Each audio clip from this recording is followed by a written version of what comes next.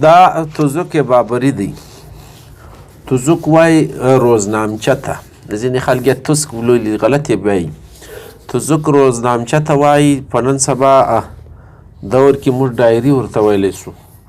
دا ډایري چې ده دا د ظهیرالدین بابر په خپله لیکلې ده او دته وایي مصنف هم د دغه کتاب له جوهره ویل کېږي. دی چیرې تېر سوی دي دا خپل حالات یې لیکلي دي. رښتیا دي که دروغ دي د دغه سپیناوی خو جلا خبره ده، خو ډېر شیان چې دي هغه د لیکلي دي چې هغه سړی تحقیق ته اړ کوي. تاسو په خپله وګورئ چې دی بابر څه دی په دې کتاب کې هر څه لیکلي دي. یوه بل ظهیرالدین بابر چې دی دا د هندوستان د مغلیه سلطنت اولنی باچا ګڼل کېږي. ویل کېږي چې دا په 14 تاریخ د فروری په 1483 کې یا په 1483 کې د فرغانه نومي سیمه چې هغه وخت په ترکستان کې وه او اوس په ازبکستان کې د دالته زو کړی و. د دغه کتاب له جوره و دته مصنف هم ویل کېږي، وایي شاعر هم و. دا کتاب د ده له وینا څخه داسې معلومیږي لکه ده چې په ترکي ژبه لیکلی و. له ما سره د دغه کتاب اردو ترجمه پرته ده. د ده پلار عمر شیخ میرزا نومېدی، هغه زمانه کې د فرغانه حاکم ولی. بیا چې کله د ده عمر 11 یا 12 کاله سي نو د ده پلار ووژل سي یا مړ سي، نو د ده د کورنۍ جګړې را مخته سي. دا د فرغانه د ده اکا او ماما په جنګ سره اخته سي، له دوی څخه دا باچۍ ولاړه سي او د ده خپل ژوند داسې سي چې د خپله لیکلي دي چې ما ته په ډېر ځایونه آرام نه راتلی. نو د ده نوم ظهیرالدین و. ما درته وویل د بابر په اړه د خپله دلته لیکلي دي چې بابر څه یم. نو تاسې په خپله وګورئ دا کله چې د ده پلار عمر شیخ میرزا ووژل سي نو بیا د ده د کورنۍ جګړو حالات په برخه سي. د ده مور سي ده کتلغ نگار خانم نومېده. ویل کېږي چې د پلار لخوا د امیر تیمور له خاندان او مور سي وه دا د چنګیز خان له خاندانه وه. په خپله یو مغول خاندان یادیږي. دا سړی چې دی په خپله وایي 2-3 ځایه په دا کتاب کې لیکلي دي چې ما پر خپله بېوسي باندې بیخي ډېر وزړل. دی وایي ډېر ملګري به راسره و، بیا بې زه پرېښوم. نو په ځنګلونو کې د دا کورنۍ جګړو له لاسه پټ پاته سوی دی. دا د لیکلي دي چې داسې شپې پر ما رالې چې ما به د ماښام مړۍ نه درلوده او د غرمې مړۍ به م نه درلوده. غرض دا چې کله دی ځوانیږي یا اولې ځواني ته رسیږي نو دی د کابل حاکم چې دی ټاکل کېږي، د کابل پر خوا راځي. په کابل کې د حاکمیت چې دی دا منل کېږي. شاه فرغانه، شاه سمرقند او شاه کابل هم ودته ویل کېږي. ښه ځینې خلک وایي چې د دغه کیسه چې ده له دغه ځایه پیلیږي د جنګونو څخه او د جنګونو سلسله. او ځینې خلک وایي چې دی چې بیرته کله د پښتنو حالات دلته په هند کې ابراهیم لودي باچا وي هغه خراب سي نو خپله کورنۍ د ده مخالفه سي، خصوصا د پنجاب حاکم دولت لودي چې وي هغه ډېر زینبندزنه وي. ما به تاسو ته ویلي چې ابراهیم لودي لږ شکي مزاجه سړی و چې پر چا بیا لږ شک راتلی هغه بې وزلی. نو دغه کورنۍ جګړو له ده خپل قریبان او اجزان ډېر خوابدي کړي وو. نو هغه رانا سنګا چې وي هغه د میواړ حاکم دغه او دولت لودي په ګډه دی رابللی و د هند پر لوري. نو دا رنګه خبرې کېږي. ویل کېږي چې د 9 ودونه درلودل. د ظهیرالدین بابر په اړه دلته ډېر مورخین وایي چې دا ډېر لوی مسلمان فاتح و. نو د جنګ چې په هند کې له چا سره څه و هغه څوک و؟ هغه خو هم مسلمان و هم پښتون و ابراهیم لودي. نو دته د هیرو په نظر کتل کېږي او ابراهیم لودي څوک یادوي هم نه. د دې دا ته وایي تاریخي زیاتوب. نه ښځې درلودې. که زه دا درته وایم چې د ده د اکا لور وه عایشه سلطان بیګم نومېدله. اول واده سره له دې سره د ده سوی وي. بیا یوه لور ځینې سوې وه هغه مړه سوې وه په کوچنیوالي. نور اولاد یې نه ځینې لیدوی. بیبي مبارکه یوسفزۍ هم د ده په ښځو کې یادېږي. دلدار بیګم، ګلنار اغاچا، ګلرخ بیګم، ماهم بیګم، آسیه رضوي، نارګل اغاچا. دغه رنګه چې دی سیده آفاق دا ماهم بیګم چې وه دا پر ده ډېره ګرانه وه. دا د همایون مور وله.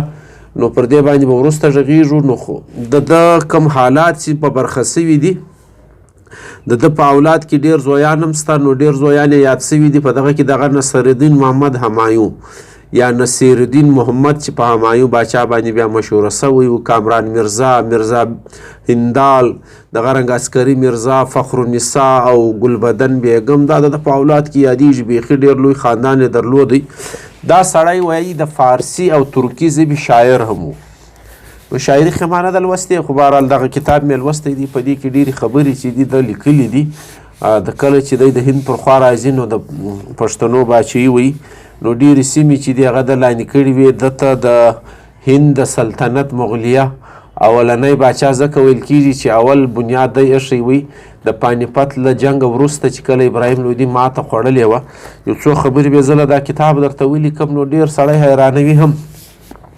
نو دغه د 12 کاله څخه چې دی یتیم سوی و، نو کومې محرومیانې او بدبختۍ چې د ظهیرالدین بابر په برخه سوي دي، په باچۍ کې د بل چا نه دي په برخه سوي. کله چې دی د کابل حاکم ټاکل کېږي دا د 1504 کال عیسویم کال روان وي. له دغه څخه ویل کېږي دی د بلخ پر خوا مخه کوي. بلخ نیسي، ځینې مورخین وایي چې د بلخ او کابل دواړه دته په یو وار ورکول سوي وو. بیا پر سمرقند باندې ورځي، بیا د هند پر خوا مخه کوي، کندهار نیسي، غزنی نیسي. 1511 عیسویم کال یادېږي. نو دا سیمې د نیولې وې په 1540 کې ویل کېږي چې د لاهور بې جنګ و بې جدله نیولی. نو دلته دولت لودي ناست و، هغه ګسر ورته ویلي و چې ته راسه دا ابراهیم را سره ووه، زه دې هر رنګه مرسته کوم. نو د یو پښتانه باچا په وهلو کې د خپل پښتانه لاس دی له لاهوره څخه. دا یاد له راستئ. دا ما یو ځای بل ځای هم خبره کړې وه چې د پښتنو کورونه د خپلو پښتنو له لاسه په تاریخ کې وران سوي دي. نو د پانیپت جنګ چې دی د لیکلي دي چې دا زما ګرد فوج 12,000 وي. زه دا یو اقتباس له تاسو سره شریک کړم. دا کتاب سے په اردو ترجمہ دی، اردو بھی درته وایم. جن لوگوں کے ذمہ فوج کو شمار کرنے کی خدمت تھی انہوں نے رپورٹ پیش کی کہ کل 12,000 سپاہی ساتھ ہے. واوري 12,000 سپاهیان او د ابراهیم لودي غ منل سوی فوج 100,000 وي. نو دا ویلې ول ما چې کله د په باچي کې د کډیان شروع کو شاوخوا خندقونه سي ورته وای. نو یو جرنل راته ویل چې د دې باچا ډېر لوی فوج دی، داسې نه موږ ته تاوان را ورسېږي. و ما ورته ویلې ما ول چې دا په څو میاشتو کې څوک نه دی راته درېدلی. نو زما زړه ته نه لوږي چې بیا به څوک راته ودري. دا نااهله باچا دی.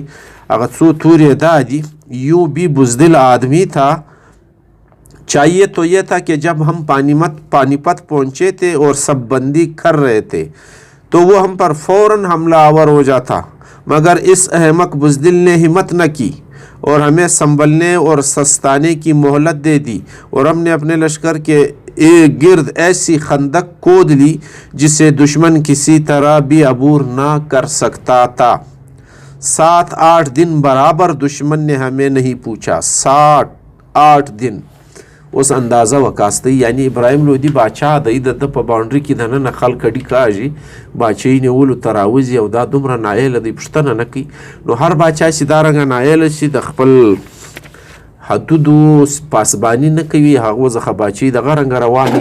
نو ویل کېږي چې دغه سړی چې دی د دغه جنګ ورځ خو نو د لیکلې ده د جمعرات ورځ وه.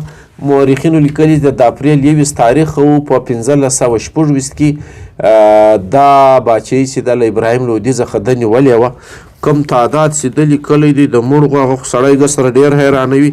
نو دی وایي ما اول دا خیال و چې دا به 100,000 کسان وژل سوي وي، خو کله چې بیا وروسته خبر سوم دا له 50,000 تر 60,000 کسان په دغه جنګ کې وژل سوي. والله اعلم. دا خبر هم په کتاب کې د لیکلې ده. گوالیار نیسی دغه رنګه، حصار نیسی، میوات ریاست وهي، بنگال وهي، بهار وهي. کله د میوار پر خوا چې هلته رانا سنګه ناست دي نو دی بیخي کلکه نښته ورسره کوي. ویل کېږي چې هغه ماته خوري، هغه هم ځینې تښتي.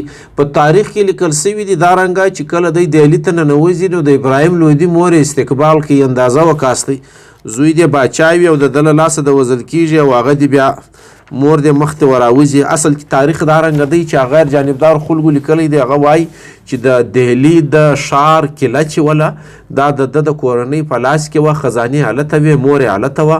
نو د باچۍ خو نیولې وه، تخت یې نیولی خو کیله پاته وه. نو ځینې خلک وایي چې مور ته بیا ډېر سوغاتونه ورکړي وو، تر 2,00,000 روپۍ پورې جاګیر یې ورکړی وو. بیا یې وخت دغه مور په ده ته په ډوډۍ کې په یو طریقه زار ورکول خو دوی وژل سوی نه و، زار یې خوړلي وو، پاته سوی و، بیا یې بیرته شړلې وه، پسې اخیستې وه. دغه مورخینو صحیح لیکلي دي.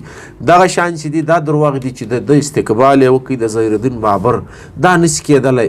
نو دا رنګه خبرې چې دي دا سړی حیرانوي. رانا سنګا څخه د ده ډېره ویره سوه. د رانا سنګا چې کوم فوج و له هغه سره د په 1528 کې ډېر سخت ټکر والی و، او دا میوار سیمه چې ده دا د ځینې نیولې وه. بیا که یوه خبره به درته وکړم، هغه دا ده چې ګاګره نومي ریاست چې و دا د ابراهیم لودي د محمود لودي په لاس کې و، ورور یې و د ابراهیم لودي. نو دا یې هم ځینې نیولی و. دا رنګه ده په 1528 کې هغه د مشهوره ایودیه ماجد، بابري ماجد چې ورته یو بل ځای هم په دا پانیپت کې شاوخوا جوړ کړی و، هغه هم بابري ماجد و. دغه د ایودیه ماجد چې دی دا په 1528 کې د په هغه وخت په خلکو جوړ کړی و. نو دا د ده په نامه یادیږي. بیا چې لویه شخړه منځته راغلې وه، نو دا رنګه دا سړی چې و زیرک سړی و، د خپلې زیرکۍ پر بنیاد باندې دا د پانیپت جنګ د وهلی و. کتابونو لیکلي دي چې 20 لوستې سوي و، ښه زده کړه یې سوې وه، او په جنګي حکمت عملي کې ډېر هوښیار و. په 12,000 فوج باندې 100,000 فوج وهل. نو داسې شاوخوا یې کډیان کښلي وو، مخامخ یې څه لرګي درولي وو، بیا په هغه کې دا د غسو او د توپونو استعمال کړی و، دا د غسو ماهرین یې خځولي وو، او په یو وار باندې چې کوم برید ده کړی و، دغه د جنګي حکمت عملي له جوره د دشمن د مخ نیولو دپاره کامیابه لار د ځان کړې وه. زه کله کله چورت پروم چې ابراهیم لودي په 100,000 فوج باندې هم دومره، نو ویل کېږي دا د توپونو له درزاو څخه. او یوه بله دا خبره کېږي چې په هند کې اوله وار توپ ظهیرالدین بابر پر دغه جنګ کې استعمال کړی و. نو دا د توپ له ټکانو څخه، د بارودو له ټکانو څخه فیلان چې و دا تورېدلي وو، او پر خپل فوجیان باندې ختلي وو، ډېر خلک یې تر پښو لاندې کړي وو. داسې ویل کېږي. دا د پخپله لیکلي دي چې کله رانا سنګا سره زما مقابله سوله، نو ما خپل فوج راوغوښتی، ډېر پرجوشه تقریر مې ورته وکړي چې موږ خو خامخا هر سړی به مري، موږ راغلي جنګ له یو، او یو څوک هم ژوندی نه پاتېږي. کله جنګه پاتې سو بل ځای به مرو، نو ته یې راسې همت وکړو. نو دی وایي زما فوج ډېر ستړی سوی و، ډېر جنګونه یې کړي وو، د ډېر جنګونو له جوره د دوی حوصلې ماتې سوي وي. خو کله چې ما وایي پرجوشه تقریر ورته وکړئ، دوی ټول بیداره سو. غرض دا دی که چیرې داسې د یو هیرو په توګه چا بیان کړی دی، نو هغو ته زه په دې حیرانېږم چې دومره خیانت کوي چې دا بل په هندوستان چې کوم حاکم ناست دی دا خو مسلمان و.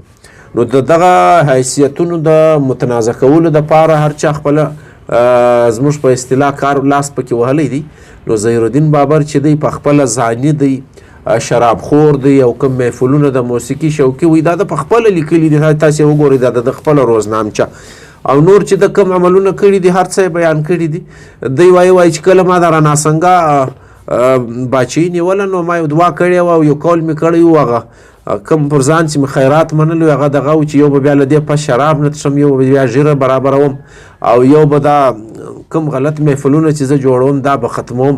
نو دی وایي زما دا دوه قبله سوې وله. دا رنګه د دغه سړي حیثیت چې دی دا رنګه موږ ته بیان سوی دی. په 26 دسمبر 1530 کې ظهیرالدین بابر چې دی دا مري، ویل کېږي د ده زوی همایون ډېر سخت ناجوړه وی. نو ده پر کټ باندې شاوخوا 6-7 چکره داسې ویلي دوه یې کړي وې چې دا د ده ناجوړي پر ما کښېږده، دا رنګه لیکل سوي دي.